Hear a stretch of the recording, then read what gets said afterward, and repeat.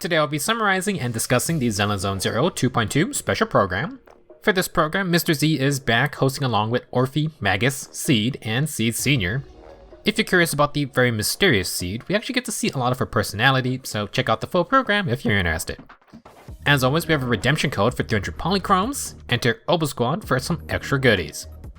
First off, let's talk about the 2.2 main story. Do not go gentle into that good night. Continuing from the events of 2.1, Obol Squad is now fully involved in the Wi-Fi Peninsula conflict along with the Isolde. Unsurprisingly, they'll be working together with Phaethon since we are already familiar with Soldier 11 and Trigger. While I would say the 2.1 trailer didn't reveal a whole lot of story stuff, the 2.2 trailer leaves a lot of unanswered questions and teases. Sarah has a line about wielding their authority, which I assume means the creator, of course. Interestingly, we see ethereals outside the hollow, which has pretty big implications and could tie into that missing obscure coffins mentioned by Damien and Orphie/Isolde in the 2.1 ending comic. Sarah also mentions making wishes come true, and this line is immediately followed by Senior Ye potentially responding about his wish. Ye is still a pretty big question mark in general, as we do not know if he's going to be playable or not.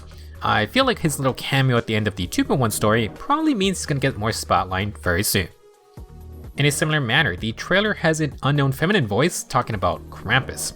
Krampus was also brought up at the end of 2.1 when talking about Yuzuha and Monato.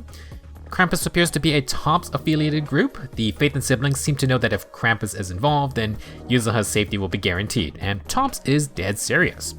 Now, we've seen most of the characters teased from the Season 2 PV except for the little bunny accompanying Damien. Since we see this character with Damien, it's likely she is with TOPS, and that leads to speculation, maybe she's part of this Krampus faction. If that is true, we could be seeing her in-game, which would be pretty cool. Either way, we'll probably meet someone from Krampus. For another teaser, at the end of the 2.2 trailer, there is a voice line from, I believe, Carol Arna talking about believing in the Phaethon siblings.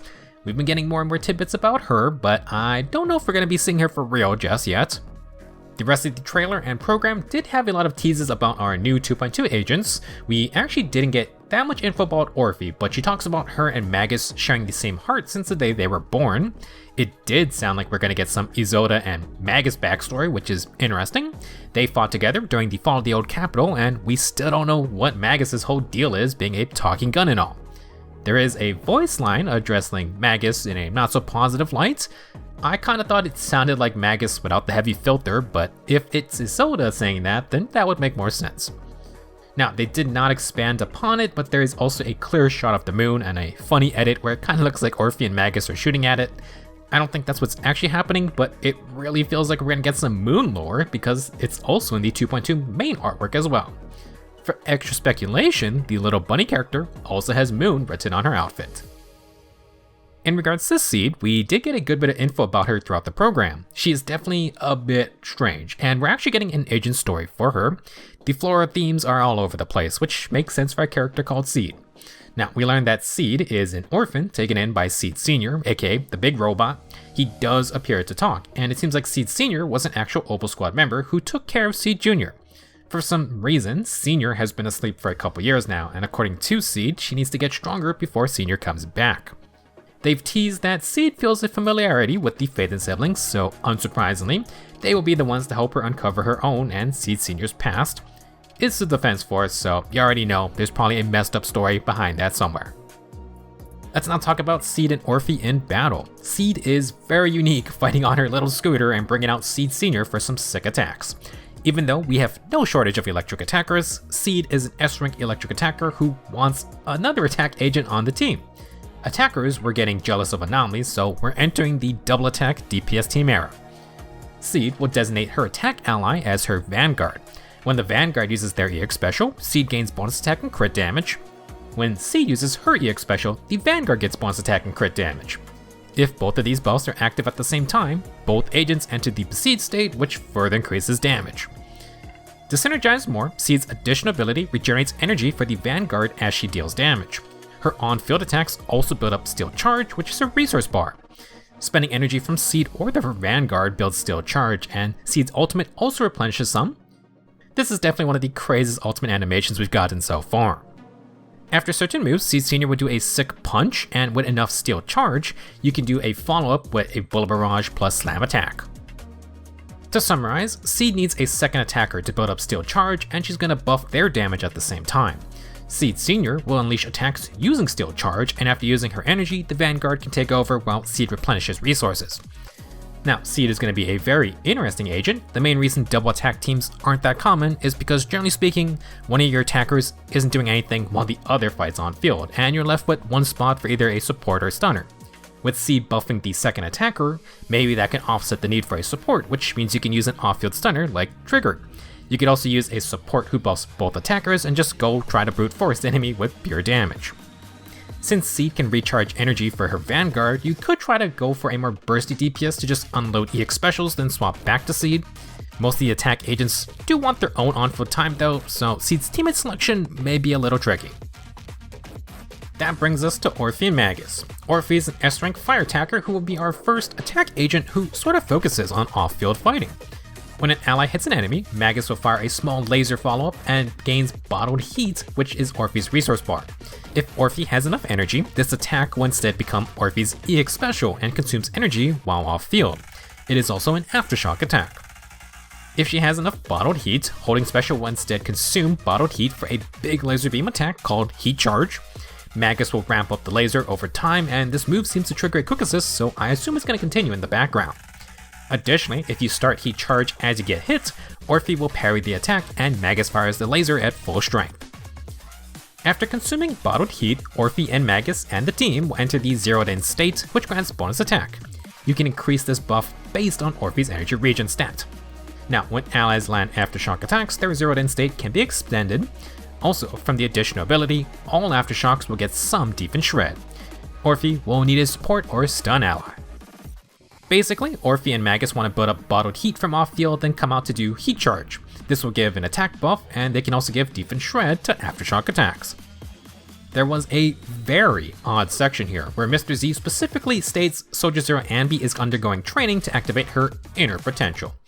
Orphie is definitely meant to synergize with other aftershock agents like Ambi, but it felt more like they were hinting at Ambi getting buffs or a rework like Ellen. Mr. Z also stated other Obol Squad members were doing some training. Either this was just a hint at general Defense Force aftershock synergy like with Ambi or Trigger, or something is going to happen when actual kick changes. To be very clear, they did not say any rework is happening, but you can definitely see people taking it as possible foreshadowing. We will see. For the 2.2 banners, Seed and Seed Senior are up first. You can get her signature dub engine, Cordis Germina, at the same time. Seed Senior did mention something about going on a journey to prove the heart is real. That could be a very literal heart. For reruns, Trigger is going to be returning with her squad. Seed's double attack team with an off-field stunner sounds fun, and Orphie's buffs aftershocks, so more damage for Trigger. For the A ranks, we have regular Ambi and Nicole. You can build DPS stun Ambi if you want, but Seed specifically wants an actual attack agent. For Phase 2, Orphie&Magus will be ready with their signature, Bellicose Blaze. If you want even more fire attackers, Evelyn is also rerunning. Just lose a 50-50 to Soldier 11 and you can get the entire fire attack crew all in one go. For the A ranks, Lucy's back for an easy fire team with her attack buffs plus her nice kaboom W engine. Anton, I figure might be better for Seed since her energy regen would be more fitting for his drill attacks. Now since the entire Obol Squad is finally here, their Bang Boo is also releasing. Mercury, or Kobe as called by Seed, has a little flame turret tank. For their chain attack, they will fire themselves at the enemy, which is pretty hilarious. Now, Mercury is an S-rank Bang Boo, and like usual, will get added to the Bang Boo banner selection. Next, let's talk about the events for version 2.2. As always, login bonuses for 10 encrypted master tapes and 10 Boopons will be available. There will also be double drops for leveling materials and drive disc events. The first actual event is Band of Brave Bang Boo, which is a return of the tower defense minigame. We got new Bang Boo, new mechanics, and new maps. Miasma will make its way into this mode as well. As a reward for the event, you can earn Excalibur. Excalibur will try to pull out the sword from the stone, but if it fails, it's just going to smash the enemy with the whole thing anyway. If it does succeed, Excalibur will instead do a sword/slash combo. I have to assume this will do extra damage or something. To get 100% success rate, you can pair Excalibur with a Rupture Agent. Considering this version isn't launching with a Rupture Agent and we still only have Shifu, perhaps a sign that a future Rupture Agent isn't that far off. Next, the Problem Soldier Bootcamp event will feature Orphie and Seed. These combat events will feature special maps designated to knock back enemies and objects. This will be more about using the environment in combat, which I wonder could be testing for future map mechanics. In the Spotlight Showdown event, this is another HIA type combat event. Use certain agents like Orphie or Seed in specific stages with various buffs. It's a nice way to try out the new characters. For some silliness, Paige is back for more Bang Boo minigames. This time it's an actual rhythm minigame featuring songs from the character demos and trailers. Burning Desires is never going to leave your mind. This event will feature a special name card to go along with it. Next, Senzi Studio is hosting a treasure hunt. We'll team up with Ellen and an Wanderer Boo to find Vegetaboos. As a reward, you can pick a figurine of a selection of Vegetaboos to display on your shelves. You can then purchase the other figures from Senzi like normal. Moving on, Wish Bottle Adrift is the usual login and spend battery event. Literally just play the game and get rewards, easy and simple. Sheer Defense and Deadly Assault will update like normal. They didn't show any gameplay, I don't think, but we are getting a new boss to fight. Oh my. Deadly Assault is also getting a nice update where we can finally select our usual preset teams. I'm not sure why that's not been there since the start. For our new agents, we have new drive discs. Dawn's Bloom uses Seed's icon, so we can assume it's primarily for her. The 2-piece boosts basic attack damage by 15%, and the 4-piece boosted by another 20%. If an attack agent uses this 4-piece, using EX Special or Ultimate grants another 20% basic attack damage boost for 25 seconds. 55% bonus damage on basic attacks if you can EX Special or Ult every 25 seconds seems pretty generous. Besides the EX Special, Chain Attack, and Ult, I do think Seed Senior's other moves are basic attacks. Makes sense since after her EX Special, you can just go into the punch and follow-up moves.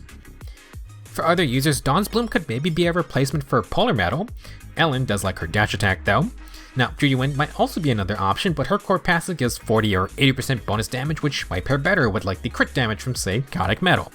Same idea for Sodri 11, who already has a big percent damage buff for her basics. I wouldn't rule it out, but I'm not sure Dawn's Bloom is a direct upgrade for any of the other attackers so far. The other drive disc set is Moonlight Lullaby. Not sure if we've seen that symbol, but another moon reference. Now, this 2-piece gives 20% energy regen. The 4-piece requires a support agent, and after using an EX Spectrum Ultimate, grants an 18% party-wide damage bonus for 25 seconds. First off, if you're super energy hungry, you can now run double 2-piece energy regen sets if you want. Maybe Orphie could use this. However, for the 4-piece, this is supports only, and it's basically a variation of Swing Jazz.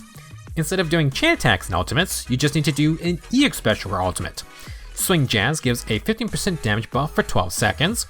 Moonlight Lullaby gives an 18% damage buff for 25 seconds. I feel like that might be it for 4-piece Swing Jazz as the general basic support set. Most supports need to use their EX Special or Ultimate to buff the team. Chain attacks are typically going to be a rare occurrence, and with double the buff duration, it seems like this is an easy upgrade. Now, while Astro Voice can have a higher 24% damage boost, that's going to require 3 stacks. Besides Astro, most other users need another quick assistant ally to keep that up. Even with just 2 stacks, that's still lower than Moonlight Lullaby, so in terms of ease of use, this set seems pretty great. Could version 2.3 feature another new support? I guess we'll wait and see, but in the meantime, you should be a great set to farm regardless. To round out the program, we had some quality of life updates. Sweep and Tempo gets more touch-ups. When you try to buy materials from Good Goods, you will no longer get physically sent there if you are navigating to it from the management UI. Craftable items will now display the most efficient Bang Boo for the job first. Nice. In the Discovery tab, items you can discover will be pinned at the top. Once you can start refining items, the Discover tab will automatically swap to the refinement screen. For those of you who have completed all 45 levels of the tempo, you will no longer get the red notification if you have empty shells or undeployed Bang Boo squads.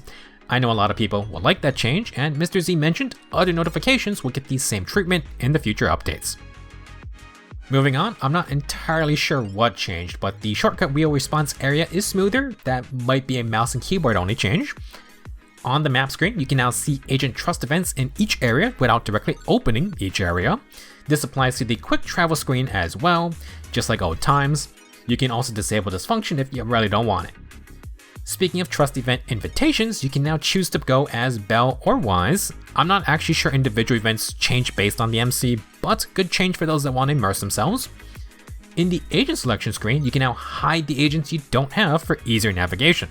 It's nice to see the ability screen of everyone, but I don't really need to see it all the time. Good change as we get more and more characters. Now for the W engine screen, they will now showcase recommendations. It sounds like similar to Drive This, the selection is based on what other players are using. It's a nice guideline, but you should always consider that it may not always be the best option for you. For the display shelves, you can now display 20 collectibles, good change to go with the new vegetable event.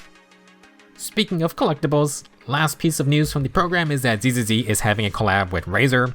You can get some Yabi-themed peripherals such as a keyboard and mouse, a mouse pad, and then a chair.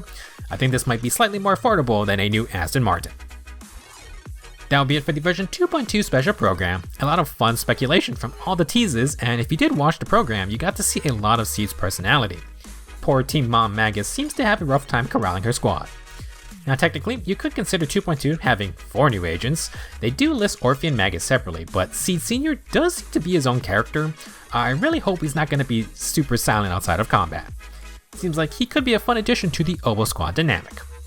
Let me know your thoughts, and just a reminder that 2.2 is still a bit away, releasing September 4th. The current update lasts for 7 weeks, so if it feels longer, that's because it is. Time to go finish all those summer fun events. Thank you for watching, have fun with ZZZ, and I will see you in the next video.